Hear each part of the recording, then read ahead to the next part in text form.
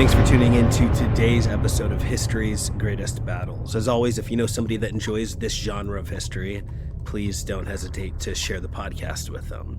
Today is our third and final installment in our experimental series on Jan Zizka, one of the greatest generals of medieval Europe and an innovator in warfare. As this is experimental, I'd request that you send your thoughts on this, either via the notes section on our website, the Contact Us form, or in any comments on the various platforms like Spotify and others.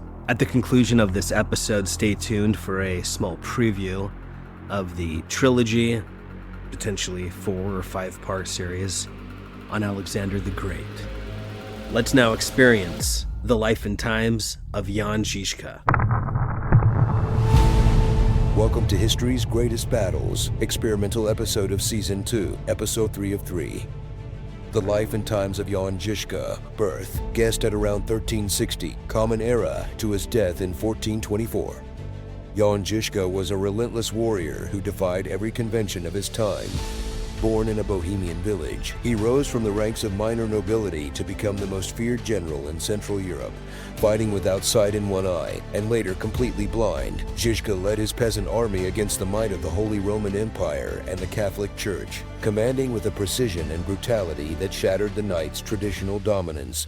His brilliance lay in his unbreakable discipline, iron-willed strategy, and mastery of the wagenburg, his mobile fortress of fortified wagons and firepower that turned common men into deadly soldiers.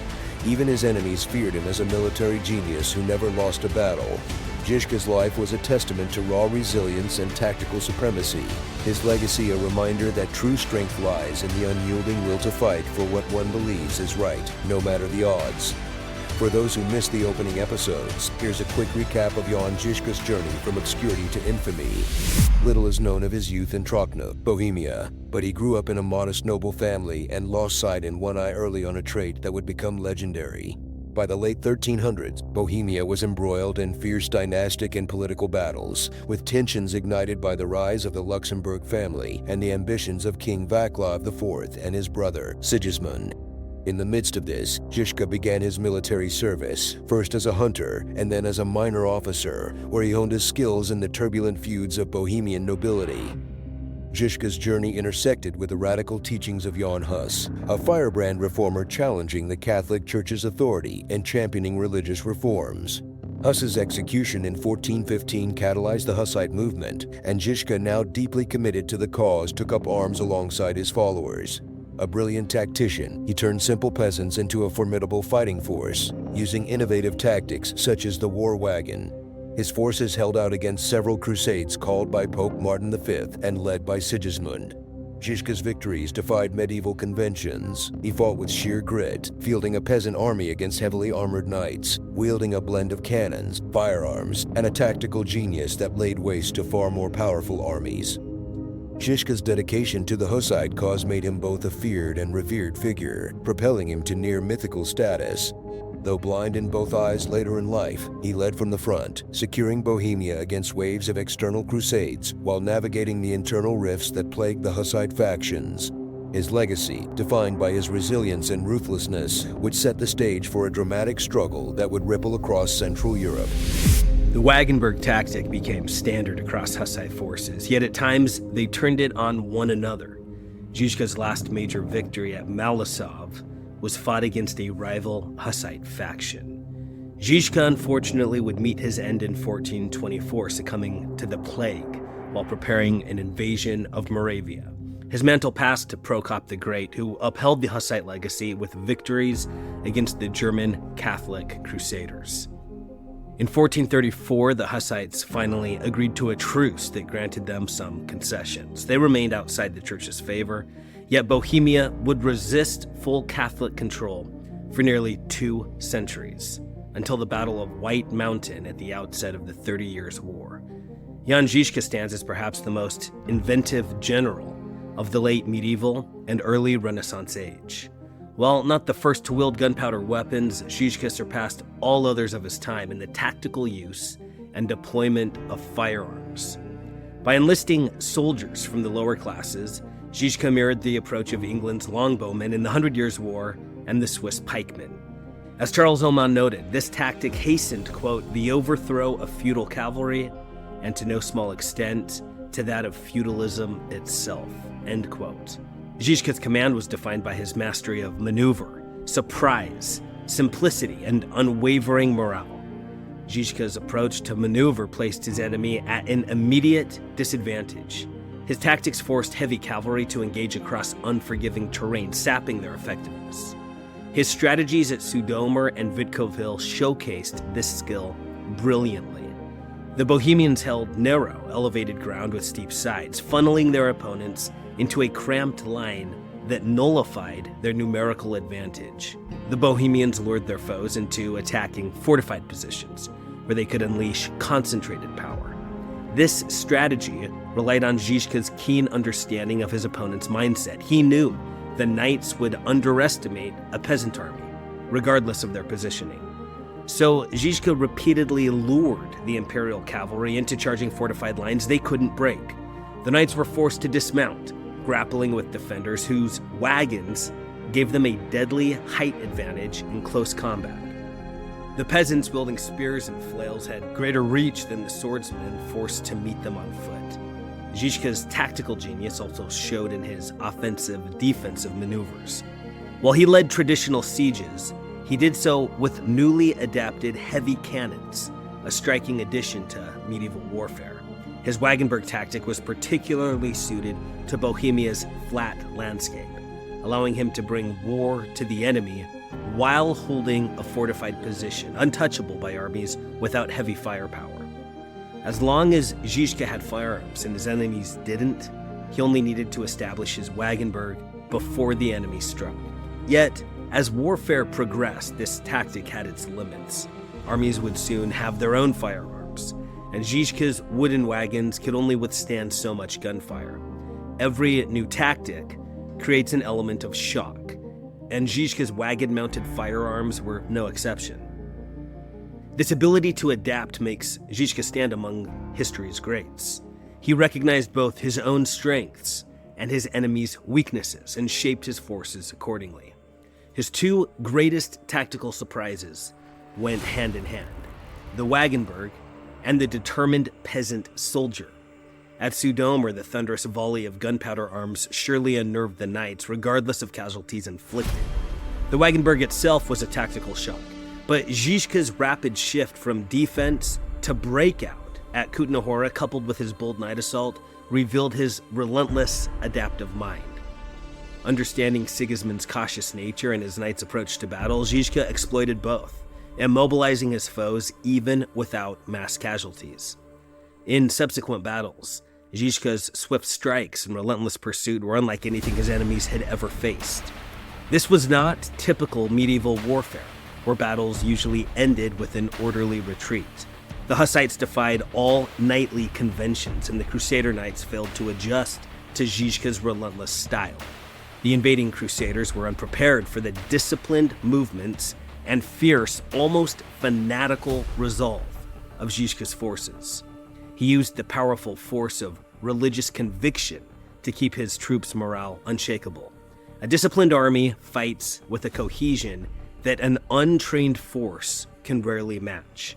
Facing the same dangers as his men fostered a fierce loyalty towards Zhizhka. When he still had sights, Zhizhka fought shoulder to shoulder with his men, facing every hardship. Even after going blind, he commanded on the field for another 3 years. To his devout followers, his resilience was a sure sign of divine favor. Though little known outside Central Europe, Jan Zhizhka is hailed in every Hussite chronicle as a military genius, the most brilliant general of his era.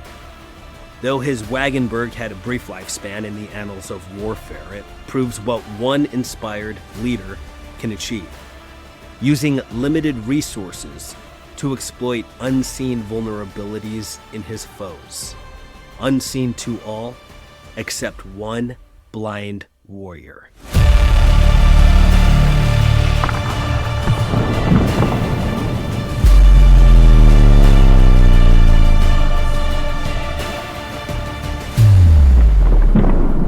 Now here's a preview of another deep dive into an incredible battlefield commander. You know him as Alexander the Great. Alexander of Macedon entered this world already cradled by wealth and power. He was the first and quite possibly the only son of Philip II, Macedon's iron-fisted king, and Olympias, his fourth wife, a woman as ruthless as she was devoted. His parents were matched in their unrelenting intensity, driven by both physical passion and fierce ambition. It was a force that brought them together, yet it was this same volatile energy that tore them apart. And so Alexander was raised in the midst of chaos, a household charged with rivalry and a kingdom in constant motion. Philip II, meanwhile, was carving out his own legend, transforming Macedon into the supreme power of southeastern Europe. He was rarely at home in Pella, always on the march, bent on expanding his reach. Philip's constant absence left Alexander under his mother's influence, and it's clear from Plutarch's account that in those early years, the young prince harbored no animosity toward his father. Throughout his life, Alexander demonstrated a powerful devotion, offering sacrifices daily, seeking the gods' favor and their wisdom as if he were preparing for battle. Though such rituals were standard for Macedonian nobility, Alexander's fervor owed much to Olympias, who nurtured his belief in destiny with an unrelenting religious zeal. Plutarch recounts a striking tale. On the eve of their marriage, Olympias dreamed of a thunderous clap that set her womb alight, flames spreading outward before dying down, an omen of the fierce spirit yet to come. Philip too dreamt a vision, a seal upon his wife's womb, marked with the unmistakable symbol of a lion, an emblem of the might and courage their son would embody. Aristander of Telmesus, a seer of renown, interpreted these omens clearly. Olympias was carrying a son of untamed, lion-hearted nature, a warrior in the making. Olympias insisted that Zeus himself had fathered Alexander, a claim she shared with him as he came of age, bolstered by legends of descent from Heracles and Achilles, the blood of demigods in his veins. With divinity proclaimed in his very lineage, it's little wonder that Alexander approached his faith and his own destiny with deadly seriousness. Within the halls of the Pellaean palace, Alexander was schooled as a prince, but at 12 or 13, Philip summoned a greater mind to shape him, none other than Aristotle himself. Perhaps wary of Olympias' influence, Philip sent Alexander, along with a few chosen peers, to study in Mieza, a retreat beyond the capital where the boy's mind could be tempered in logic and in discipline. At Mieza, Alexander's education took on a rational edge, a stark contrast to the mystical teachings of his mother, a fierce devotee of Dionysius. Scholars still debate the true depth of Aristotle's influence on Alexander, wondering just how much the philosopher's mind shaped the conqueror's worldview. Alexander's methodical, almost scientific approach during his invasion of Persia hints at Aristotle's guiding hand. Yet, as historian J.R. Hamilton observes, quote, "On the other hand, there is no sign that he was in the least influenced by his teacher's views on politics, limited as they were to the city-state," end quote. Aristotle, convinced of the inherent inferiority of barbarians, instilled in Alexander the belief that such people were destined for mastery by stronger rulers. In matters of war and conquest, however, Aristotle's teachings held little sway over the young warrior's instincts. Far more influential were his military instructors, Leonidas and Lysimachus, seasoned disciplinarians who steeled Alexander's body and mind. Yet the lion's share of his tactical skill came from none other than his father, Philip himself. Philip's faith in his son was unshakable, and he proved it early. By 16, Alexander was entrusted with the kingdom itself, ruling in his father's absence as Philip marched off to war. During his brief rule, Alexander faced his first test of leadership, leading forces alongside Philip's trusted general Antipater to crush a rebellion by the fierce Maedi tribe in Thrace. In the wake of this victory, he founded his first city, a stronghold he named Alexandropolis, a mark of his ambition that foreshadowed the plethora of cities to come. Macedonian society revered the warrior above all, and Alexander's combat command proved more than just practice. It earned him respect from the hardened soldiers who held the true power to make or break a king. The last great victory Alexander would share with his father came at Chaeronea in Boeotia in 338 BC, a battle that would redefine the balance of power in Greece, a battle that we covered in Season 1 of this podcast. Alexander, leading the formidable companion cavalry, spearheaded a crushing assault that obliterated the sacred band of Thebes, shattered the enemy line, and with it, crippled the once mighty forces of Athens and Thebes. Yet even as this victory paved the way for the unification of Greece under Macedonian rule, a new conflict stirred at home. Philip had taken a Macedonian princess as his bride, sowing division between father and son. Olympias, once in Philip's favor but now out of it, was livid. Another son, born of pure Macedonian blood, could rival Alexander, appealing to the nobility who viewed Olympias, an epirote, as a foreigner. Father and son drifted into bitter estrangement, a rift that would never truly heal, leaving the young prince to forge his ambitions apart from his father. Though Philip's battlefield victories were legendary, his prowess as a grand strategist and politician were greater still. He was a master of alliances and rivalries, wielding both reward and threat with precision to control those around him. Under Philip's command, the Macedonian army grew stronger and more disciplined with each campaign, gaining a momentum that seemed unstoppable. By the time Alexander reached adolescence, Philip had crafted an army that was unmatched across the Hellenic world, a force hardened, disciplined, and ready for anything.